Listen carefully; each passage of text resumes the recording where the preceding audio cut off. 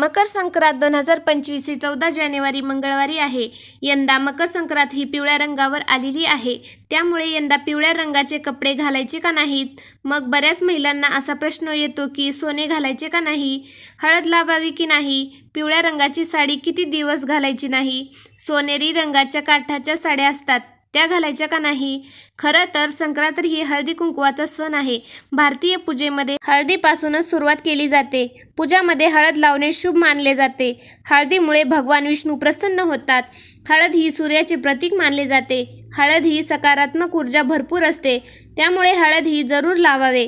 सोने सुद्धा पिवळ्या रंगाचेच असते, ते घालायचे की नाही? सोने हा दागिना आपल्याला चालणार आहे, कारण संक्रांती मातेने मोतीत हा दागिना धारण केला आहे. त्यामुळे सोने हे आपण घालू शकतो. सोनेरी काठाच्या साड्या घालायच्या की नाही?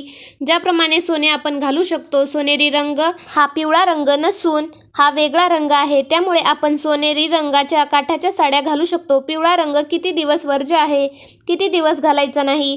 मकर संक्रांती हा 3 दिवसाचा सण असतो. भोगी, मकर संक्रांती आणि किंक्रांती या 3 दिवस आपल्याला रंग पाळायचा आहे. त्यानंतर कोणी कोणी रथसप्तमीपर्यंत हा रंग पाळतो, कारण त्यांचा हळदी कुंकाचा हा मुख्य सण असतो. त्यामुळे ज्या दिवशी हळदी कुंकू असणार आहे त्या दिवशी पिवळा रंग वापरू नये.